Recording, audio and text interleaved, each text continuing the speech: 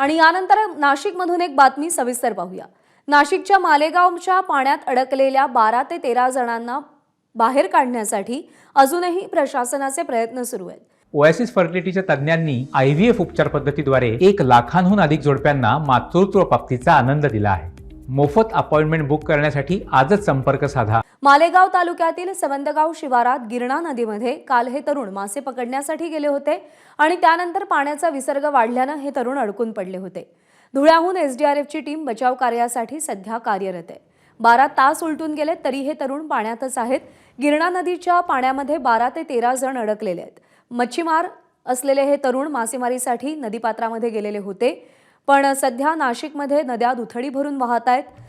धरणांमधून विसर्ग वाढवला जातो आणि त्यामुळे पाणी पातळी देखील वाढते। त्याचा अंदाज न आल्याने हे तरुण नदीपात्रामध्ये अडकून पडलेले आहेत।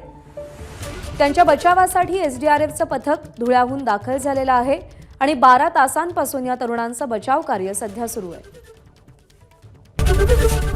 ABP माझा, उघडा डोळे बघा नीट।